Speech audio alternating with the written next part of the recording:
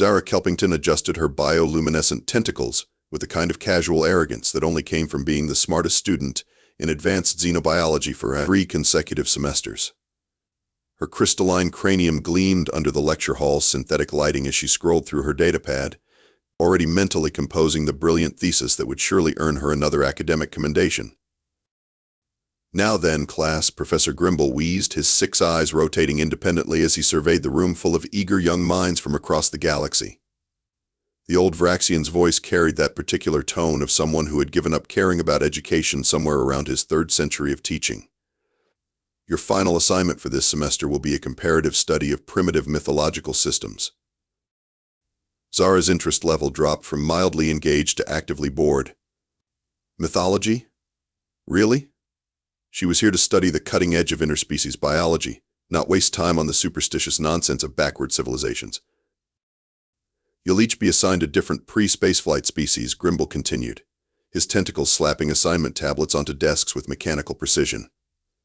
"The goal is to analyze how their fictional belief systems reflect their understanding of the greater galaxy." When Zara's tablet landed with a soft thud, she glanced down and nearly laughed out loud. Earth, humans. Of all the primitive species in the galaxy, she'd been stuck with the most primitive of all. The hairless apes who had barely figured out how to leave their own solar system without blowing themselves up. "Seriously?" she muttered to her study partner, a klepton named Vex who was already looking overwhelmed by his assignment on Rigelian death cults. "Humans? They're barely past the Stone Age. Their entire civilization is what, 12,000 years old? I've seen bacterial cultures with more impressive evolutionary records." Vex's 4 arms gestured sympathetically. "At least they have mythology. I have to study a species that worships entropy itself." Zara smirked, her confidence already returning. This would be the easiest research project in academic history. Humans and their quaint little stories about gods throwing lightning bolts and monsters with multiple heads. She'd probably finish the whole thing in a weekend and still have time to work on her real research into Andromeda neural parasites. "The assignment is due in 3 standard weeks," Grimble announced, already shuffling toward his office like he couldn't wait to escape. "Remember, I want analysis, not summary. Anyone can recite myths. I want to know what these stories tell us about the species that created them." As the class filed out, chattering nervously about their assignments, Zara remained seated, already planning her approach. She'd start with the obvious stuff, the Greek and Roman pantheons that every first-year xenobiology student learned about. Then maybe some Norse mythology for flavor, perhaps a bit of Egyptian mythology to show she'd done thorough research. The beauty of studying humans was that they were so completely irrelevant to galactic affairs that she could pretty much write whatever she wanted.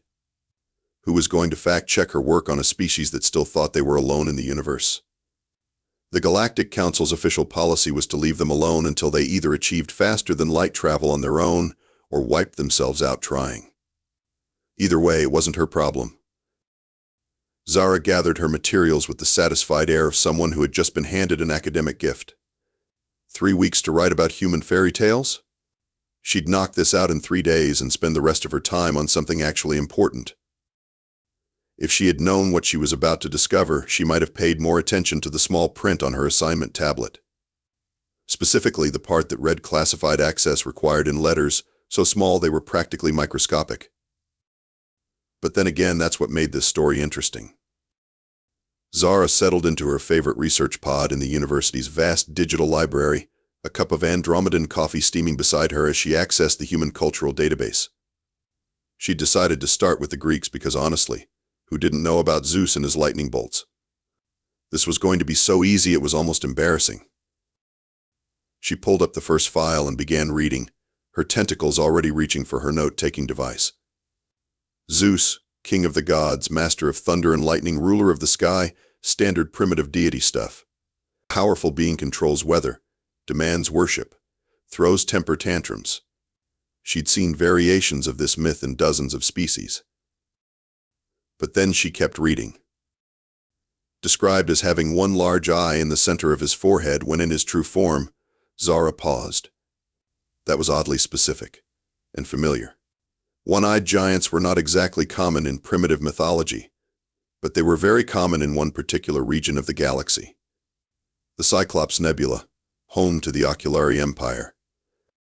She shook her head. Coincidence. Had to be. Moving on to Norse mythology, she found herself reading about the Asgardian gods with growing unease. Odin the All-Father possessed two ravens named Hugin and Munin that flew across the 9 realms bringing him information. Ravens that could travel between worlds. Like the Covert intelligence network that operated throughout the Outer Rim territories. Loki, the shapeshifter capable of assuming any form, the only species she knew of with unlimited shape-shifting abilities were the metamorphs from the Vega system, and they were so classified that most people didn't even know they existed. Zara's coffee was getting cold as she dove deeper into the database, her academic smugness slowly being replaced by a creeping sense of confusion. Egyptian mythology spoke of gods with the heads of animals, beings who could travel between stars, and something called the duat. That sounded suspiciously like the interdimensional space lanes used by advanced civilizations for faster-than-light travel. This is ridiculous, she muttered to herself, pulling up more files. They're just primitive stories. There's no way. That's when she found the video files. The first one was labeled Declassified Military Footage, Operation Golden Fleece. The timestamp showed it was recorded only 50 years ago, which was practically yesterday in galactic terms. Zara hesitated for a moment, then activated the file. The video quality was grainy, clearly shot from a helmet camera during some kind of combat situation. She could see a human figure moving through what looked like a space station corridor, weapon raised, but tactical gear that looked far too advanced for a species that hadn't supposedly achieved interstellar flight. "Tank, you seeing this?" A voice crackled over the comm. "These aren't standard Vraxian designs." "Roger that, Phoenix," came the reply from the figure wearing the camera. Command was right. Someone's been feeding them tech. The camera panned to show a tactical display that Zara recognized immediately. It was a standard galactic navigation system, the kind used by the Interstellar Defense Force. But humans weren't supposed to know about the IDF. Hell, humans weren't supposed to know about space travel beyond their own solar system. The figure called Tank moved with the kind of professional efficiency that spoke of serious military training. Not the kind of training a primitive species should have access to. He cleared corners like someone who had done this 1,000 times before. His movements coordinated with his team in a way that suggested extensive experience in zero-gravity combat. Package secured. Tank's voice reported as the camera showed him recovering what looked suspiciously like stolen Andromedan technology. Extracting now. Zara sat back in her chair, staring at the screen as the video ended. The timestamp couldn't be wrong. This footage was recent enough that she had been alive when it was recorded. Recent enough that it shouldn't exist if humans were as primitive as everyone claimed. She pulled up more files, her tentacles moving rapidly across her interface as she searched for any explanation. More videos appeared, each one more impossible than the last. Humans in advanced spacecraft. Humans working alongside species that were supposedly unknown to them. Humans conducting military operations in sectors of space they shouldn't even know existed. And in every file she kept seeing references to the same unit designation, Human Integration Protocol, commanded by one Jake Morrison, callsign Tank. The same Tank whose voice she'd been hearing in the videos. Zara's worldview, carefully constructed through years of academic excellence and species superiority, was starting to develop some very serious cracks. These weren't myths she was reading about. These were operational reports. And if the reports were real, then the mythology was something else entirely. Something that somebody very much wanted to keep secret. 3 days into her research, Zara had developed what she was pretty sure was a caffeine addiction and a serious case of academic paranoia. Her research pod was littered with empty cups and half-eaten ration bars as she dove deeper into the human database, each new file making less sense than the last. She'd moved beyond mythology into what humans called entertainment. And that's where things got really weird. Apparently, humans had been making something called movies about galactic conflicts for decades. Movies that showed remarkably accurate depictions of species that humans weren't supposed to know existed. Star Wars, she read from one file description. a space opera depicting a galactic civil war between the Empire and the Rebel Alliance. The attached preview footage showed human actors portraying what looked suspiciously like the Third Andromedan War, complete with accurate spacecraft designs and tactical formations. Independence Day, read another. Aliens invade Earth and humans fight back using advanced technology. The invasion ships in the footage were perfect replicas of Vraxian battlecruisers, down to the energy signature patterns of their weapons. Either humans had the most incredible imagination in the galaxy, or they were depicting actual events while calling them fiction. Zara's investigation took a turn for the disturbing when she accessed the human military archives, which required her to use her university's advanced clearance protocols. What she found there made her question everything she thought she knew about galactic history. Operation Thunderstrike, human forces assist in the liberation of Kepler 442 billion from Saurian occupation. 8/2387 standard. That was 12 years before humans supposedly achieved their first interstellar flight. Operation Red Sun, human intelligence operatives infiltrate Rigelian weapons facility. 8/2391 standard, 8 years before first contact. Operation Broken Arrow, human peacekeeping forces deployed to mediate dispute between warring factions on Vega Prime. 8/2394 standard, 5 years before humans were officially discovered by the Galactic Council. The files went on, dating back nearly a century. Humans hadn't just achieved spaceflight, they'd been actively involved in galactic politics for longer than most species realized. And they'd been doing it while maintaining perfect operational security, convincing the entire galaxy that they were primitive isolationists. That's when her research terminal chimed with an incoming priority transmission. Zara almost didn't answer. She was deep in a classified file about human involvement in the Andromeda Neural War, and she didn't want to lose her place. But the transmission was marked urgent and carried some kind of military encryption she'd never seen before. Against her better judgment, she accepted the call. The holographic projection that materialized in front of her showed a human male in military fatigues, sitting in what looked like the command center of a very advanced spacecraft. He had the kind of weathered face that spoke of extensive field experience and the calm demeanor of someone who was very, very good at his job. "Miss Kelpington," he said, his voice carrying the same tone she'd heard in the video files. "I'm Commander Jake Morrison, Human Integration Protocol. I believe you've been researching my species." Zara's bioluminescent tentacles went completely dark, the alien equivalent of a deer in headlights. How did you? This is a university project." "I know exactly what it is," Tank replied, glancing at something off-screen. "And I know exactly what files you've been accessing. That's why we need to talk." "We?" Zara squeaked. Tank's expression didn't change, but there was something in his eyes that suggested this was not a social call. "My team and I are currently en route to your location. We should be docking with the university station in about 6 hours. I'd suggest you use that time to think very carefully about what you've learned and who you might have shared it with." The transmission ended, leaving Zara staring at empty space and wondering if it was possible to fail a class so badly that you ended up needing therapy.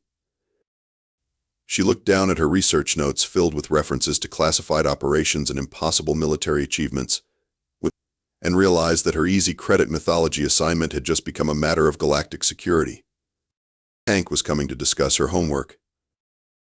This was either going to be the most interesting academic conference of her life, or the shortest.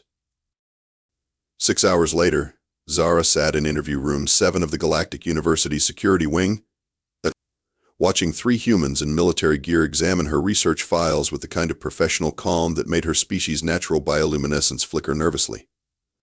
Commander Morrison, the one called Tank, looked exactly like his holographic projection, except more intimidating in person. He moved with the fluid precision of someone who could probably kill her in 17 different ways using only the furniture in the room. His 2 companions, a woman with sergeant stripes and a man whose cybernetic eye suggested he'd seen some serious combat, flanked the table like they were guarding state secrets. Which Zara was beginning to realize they probably were. "So," Tank said, settling into a chair that looked comically small beneath his bulk, "let's talk about your homework." "It's just a mythology assignment," Zara protested. her voice carrying about as much conviction as a Regellian politician. I was supposed to analyze primitive belief systems.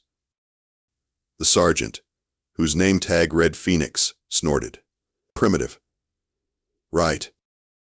Tank held up one of Zara's research tablets, scrolling through her notes with casual familiarity. You've been very thorough, Miss Kelpington.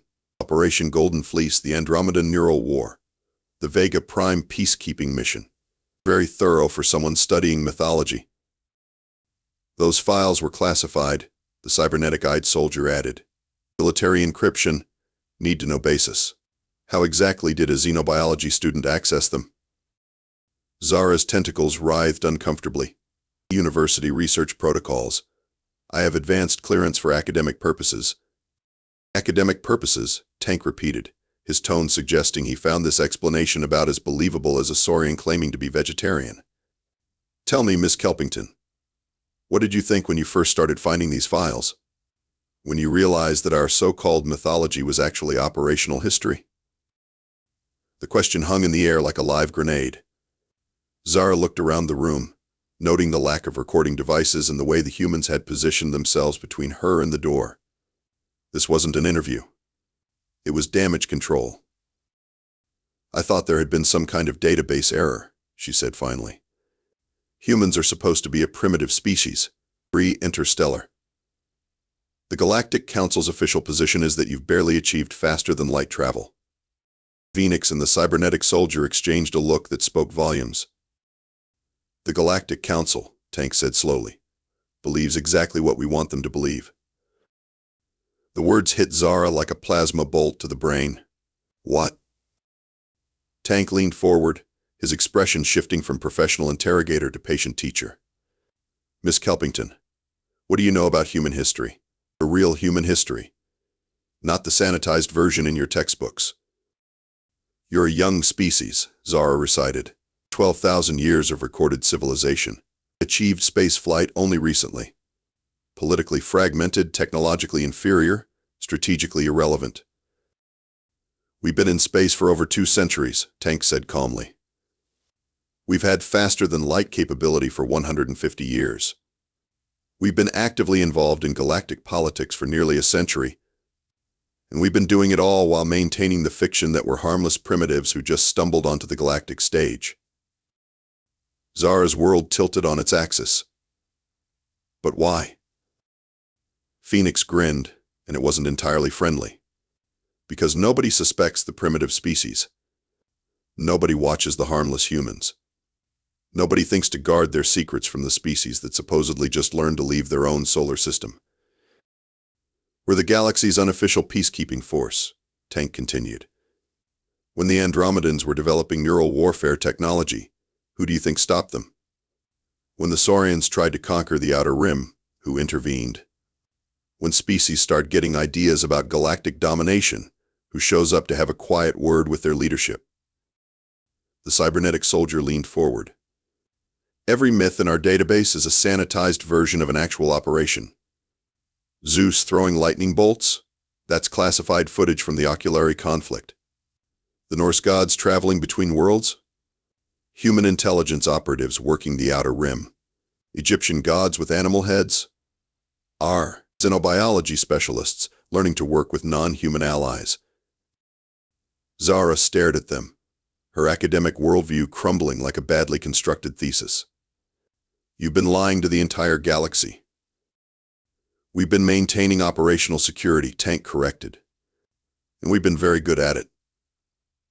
Until now. The words carried an undertone that made Zara's bioluminescence flicker with anxiety. What happens now? Tank smiled, and for the first time since the conversation began, it seemed genuinely friendly. Now, Miss Kelpington, you have a choice to make. Tank activated a holographic projector that materialized from seemingly nowhere, filling the room with a 3-dimensional star map that showed the galaxy in ways Zara had never seen before. Red zones marked conflict areas, blue zones showed human operations, and yellow zones indicated what the display labeled as active peacekeeping missions. There were a lot of yellow zones. The galaxy.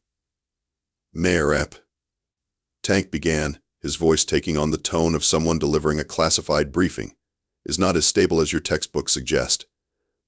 In the past century alone, we've prevented 14 major interstellar wars, stopped 6 attempts at galactic conquest, and quietly resolved approximately 300 territorial disputes. Phoenix manipulated the display, zooming in on a sector near the galactic core. The Varaxian expansion of 2387. Official history says they abandoned their conquest plans due to internal political pressure. Reality: 2 human battalions spent 6 months systematically dismantling their logistics networks while their intelligence services convinced the Varaxian leadership that expansion was economically unfeasible. The cybernetic soldier, who had introduced himself as Reaper, highlighted another region. The Saurian-Andromedan War that never happened. Officially, both sides came to their senses before things escalated. Unofficially, human negotiators spent 3 years shuttling between both governments while human special operations teams quietly eliminated the war hawks on both sides. Zara watched the display shift and change, showing operation after operation, intervention after intervention, though all attributed to other causes or dismissed as internal political developments. The scope of it was staggering. "But why the deception?" she asked. "Why not reveal yourselves as a major power?" Tank zoomed the display out to show the entire galaxy. "Because major powers have enemies, Miss Kelpington. They have rivals. They get dragged into conflicts whether they want to or not. Primitive species, on the other hand, get ignored. Nobody thinks to spy on the harmless humans. Nobody considers us a threat worth eliminating." "It's the perfect cover," Phoenix added.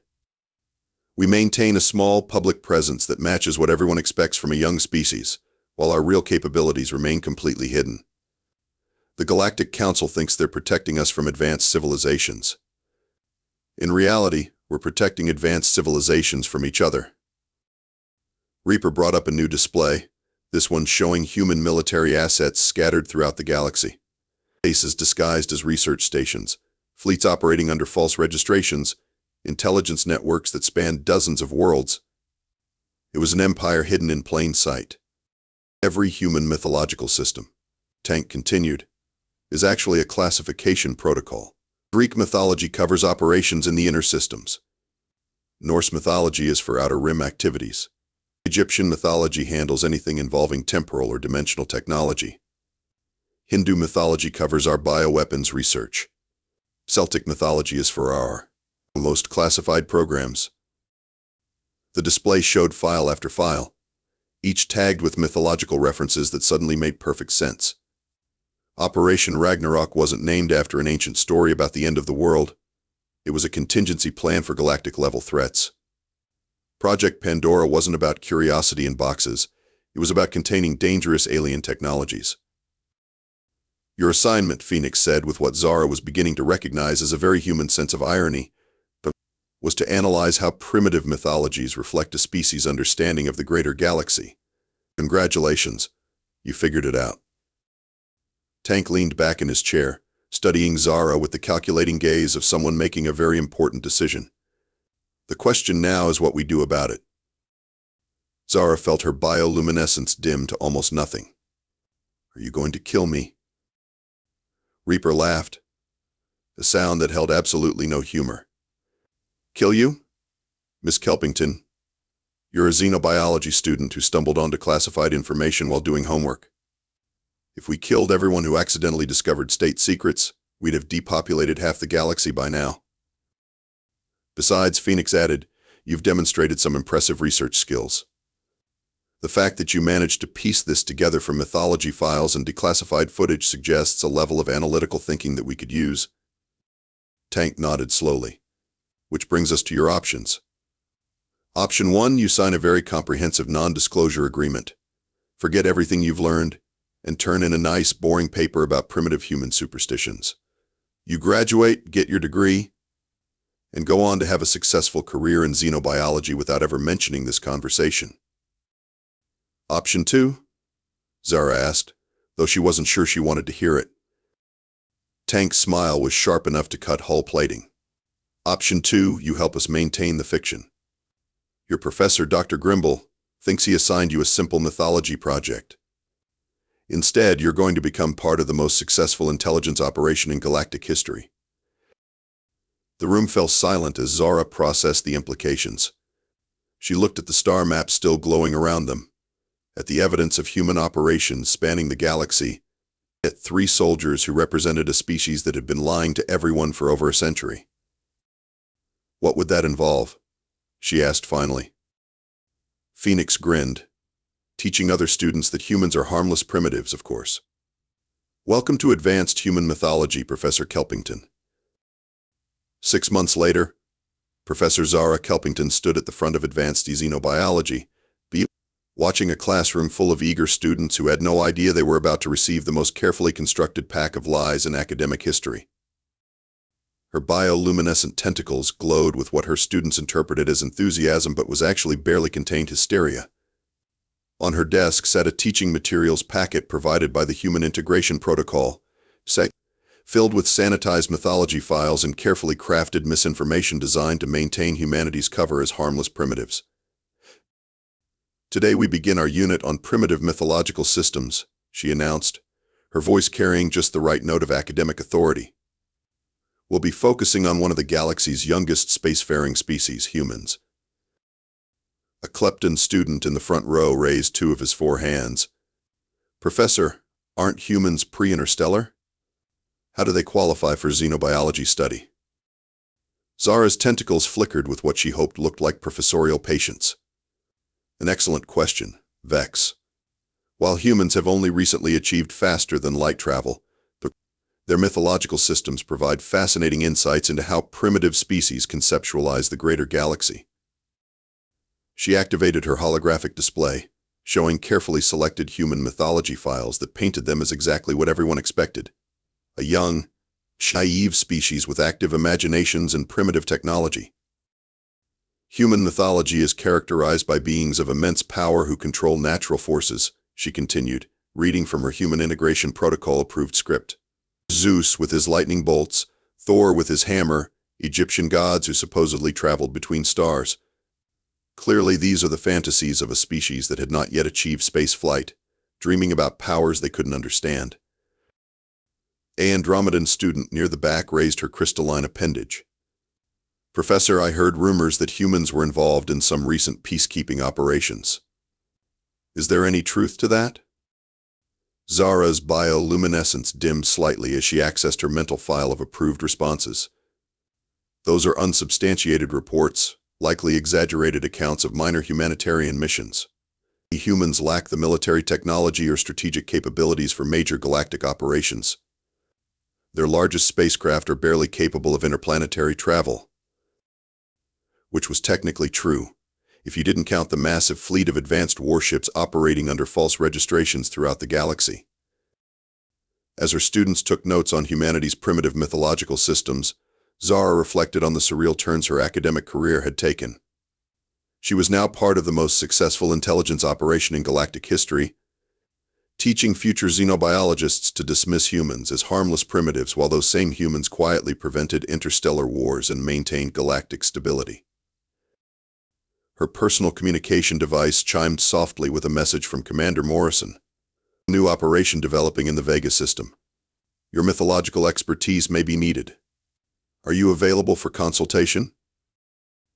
Zara glanced at her class of unsuspecting students, all diligently learning that humans were technologically inferior and strategically irrelevant, then typed back her response, "That available after class. What mythology classification should I prepare?" "Norse. We're dealing with shapeshifters again." Of course they were. Because apparently when you were secretly running galactic peacekeeping operations, every problem required its own mythological classification system. In conclusion, she announced to her class, human mythology represents the naive fantasies of a primitive species trying to understand forces beyond their comprehension. They pose no strategic threat to galactic stability and require protection from more advanced civilizations. The students nodded and made notes, completely convinced that they had just learned something important about galactic politics. Zara dismissed the class and began preparing her consultation materials for the Vega situation, marveling at the cosmic irony of her situation. She had started the semester looking for an easy credit in mythology and ended up as an academic agent in the galaxy's most elaborate deception. Her new homework assignment was ensuring that nobody else figured out what she had stumbled onto, that the galaxy's most primitive species was actually its most advanced, and their mythology was the most sophisticated classification system in military history. The lesson was supposed to be on human myths. The real lesson was that sometimes the best place to hide the truth was in a classroom full of students who thought they were too smart to be fooled. As it turned out, everyone was,